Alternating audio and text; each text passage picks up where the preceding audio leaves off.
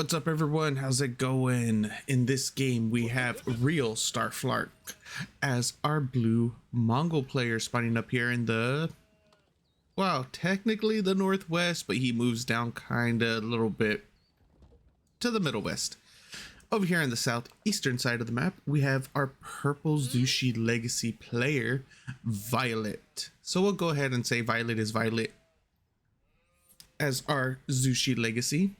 Very standard opener right here. A little bit of a pulled the sheep a little too far, but very standard.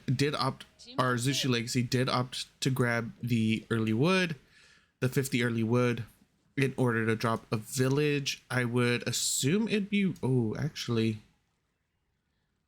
no, the village should be dropped over here on this side. That way Violet could drop the meditation garden like right here. That is an amazing meditation garden. No, don't put your, oh, hopefully that doesn't ruin the position. It shouldn't. Oh, doesn't go for the village, instead drops a house. That could be a potential misplay, like click the house by accident, not like a game-changing misplay or anything like that, just clicked on the wrong one. Forgot to switch this yet again, but yeah, right here is going to be an amazing position for the meditation garden.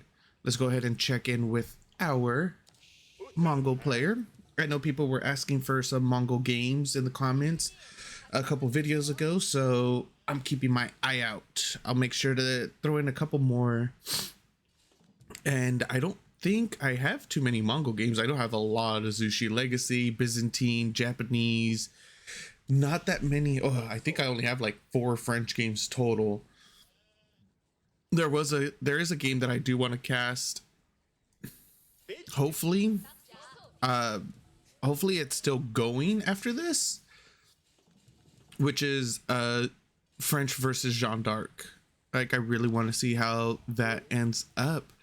But yeah, this is a very standard opener for both players. No Dark Age rush, nothing like that out of our Mongol player. Going for an early pasture just so he doesn't get starved out, and the sheep just start congregating passively. What's the word I'm looking for? It'll come to me eventually. But yeah,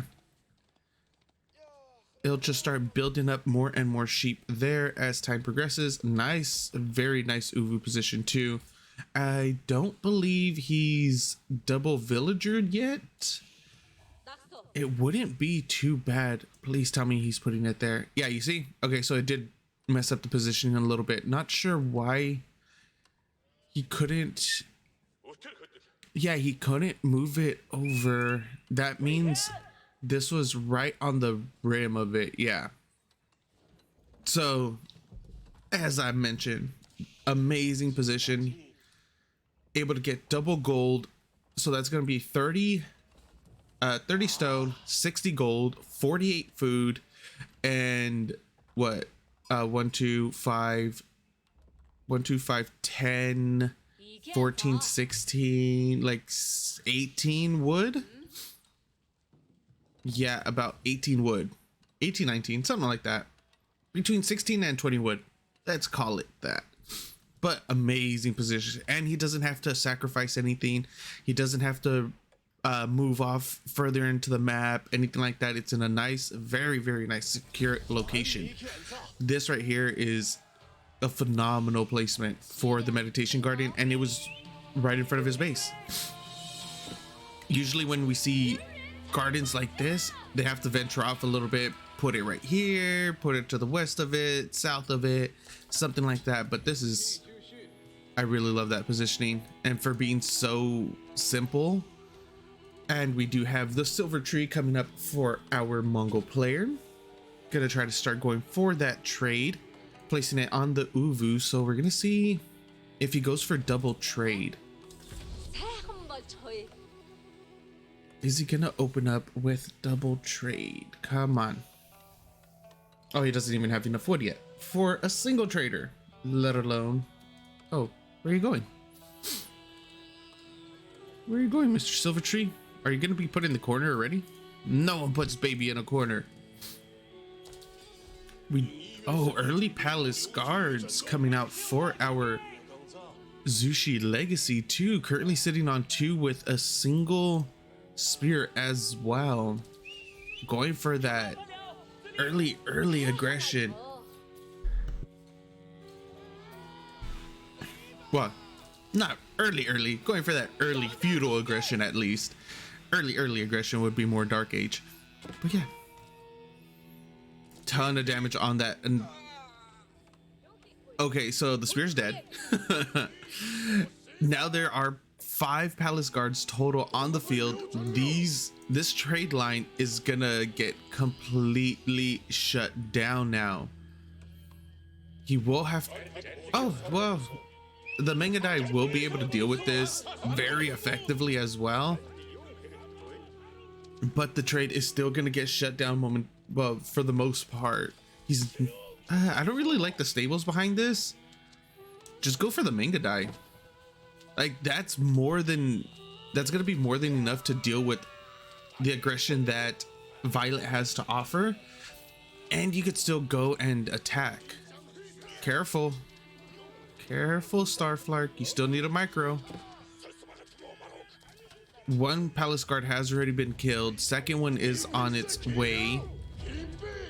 It is under the TC. Little bit of a slow reaction from Starflark in order to garrison some of his villagers in order to pick that off a little faster. I wonder how many more, or if he's gonna make any more. Oh, yeah, he did. Why doesn't it? Oh, did it get canceled? Yes, it did. Yeah, I could have sworn he had another set of Mengadai in queue, but I think he may have canceled it. Let me see. Oh, why isn't it? It's telling me it's not enough resources. Oh, okay, there it goes. I forgot to switch vision, but now we have 4 palace guards, 2 spears, and a single horseman on the map for our Zushi player. For Starflark, he's currently sitting on 2 Mengadai, doing a ton of damage with just the 2 of them on the opposing palace guards and spears. He does need to pick off some of those spears if he does plan on going into the Keshik transition, which it looks like he is gonna be making 2 of them at a time. Needs to keep these alive. The horsemen cannot close the gap, and they actually won't be able to close the gap. At this rate, I think it'd be perfectly safe for Starflark to just go ahead and start using these Mengadai in order to start harassing. Just go into the enemy base while there's the little attack going off. Like right now, for instance, perfect time for these 3 units to just sweep around, either from the north or the south. Optimally the north, since Violet is rotating the units down to the south for some, to try to cut off the trade, obviously. I would have really liked to see more Mengadai though. Like if Starflark went up to 4 or 5, this would be a lot better, and that Keshik is gonna barely survive, and now the trade line is gonna be under fire. How many traders is he gonna lose? He's gonna of course lose 1, possibly 2, and we have another attack coming over here. It's a single palace guard though. 2 traders have went down. This position for our Mongol player is a little rough right now, but he's still good. I'm not really too worried about him. He's currently sitting on 33 workers, 11 military.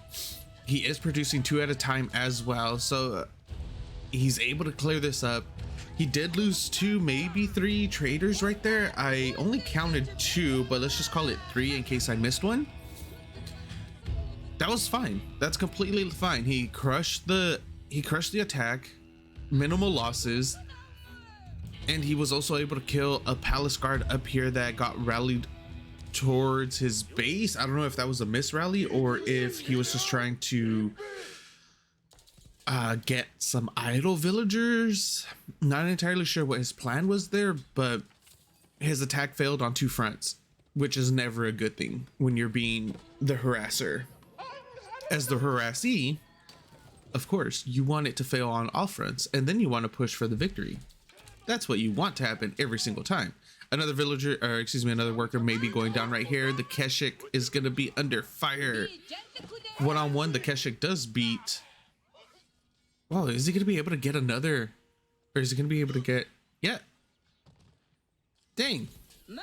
I did not think the Keshik was going to survive that long, but it did. And now we get a little bit of a harass over here. Does pick off 3 villager kills for Starflark, 2 for Violet. Oh yeah, I guess I could have just looked down there. So Violet did get 2 traders earlier, and that was it. And Violet is still trying to harass the trade line. There's still a decent army for Starflark in order to defend against this. That's quite a few palace guards up here. There's 6 palace guards on the northern end alone, but he doesn't have anything back home aside from 2 spears, or he has relatively nothing left back home aside from 2 spears and an outpost. That's all I see is a single outpost. So if we do get a ram, oh, he's gonna be going up to Castle Age already. Ooh, okay, this might actually get a little bad for Starflark. He did stay in Tang Dynasty the entire time, so his age up is significantly reduced. And now these palace guards, he's not able to, or Violet that is, wasn't able to retain a lot of them. He's down to 3. He's gonna be down to 2 right now. Castle Age does come through. So what's his plan? He has a couple horsemen, 2 early palace guards that are going to be turned into regular palace guards soon enough, and he's going to be cranking out a ton of horsemen, and not even veterancy either. They're just going to be your good old-fashioned run-of-the-mill horsemen. We still haven't even got a Shaolin monk out on the field yet either in order to start picking up the relics. I don't know what Violet plans on doing. Those resources could have been better put to use in actually making an army in feudal instead of going to castle. And now we're getting hardened, the hardened upgrade for the spears. I didn't even realize he didn't have that during feudal age. That was a little bit of a misplay from our Zushi Legacy player.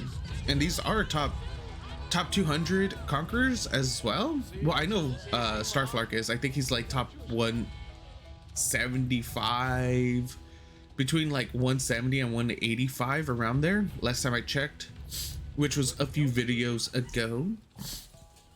And then Violet was like 250 something around there.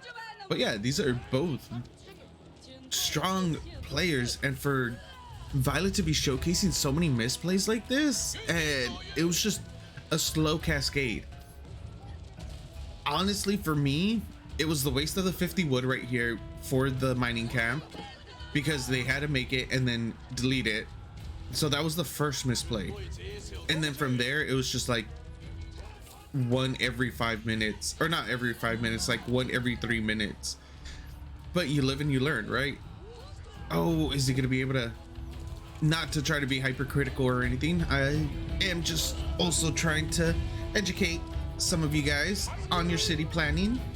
Like I've mentioned before, you want to think a couple steps ahead if able to. And the entire army of Violet is now gone. I wouldn't be surprised to see a GG coming out pretty soon, but in some cases, High Conqueror players hate leaving the game early, even though literally 0 military, never mind, has 1 military.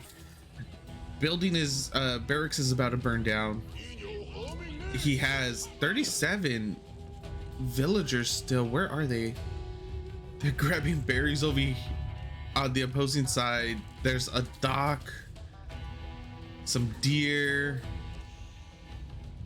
Yeah, this isn't. Oh, are those still early palace guards too though? Nope, they do have their veterancy at least.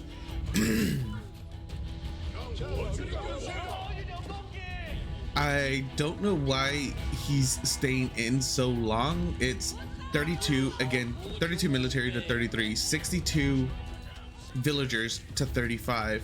This is, it could have been, yeah, the misplace from Violet that caused this, but at the same time Starflark played this very well. He had minimal mistakes. He didn't allow for the early pressure to get to him. He didn't overreact, and he also made essentially the perfect unit against it. I wouldn't have thought of going into the Mangandai when seeing early palace guards. So that was really good map, or not map awareness, but really good unit awareness from Starflark in order to change into what he needed right then and there. GG does get called. Game goes to our blue Mongol player. Thank you guys for watching. I hope you enjoyed, and I will see you next time.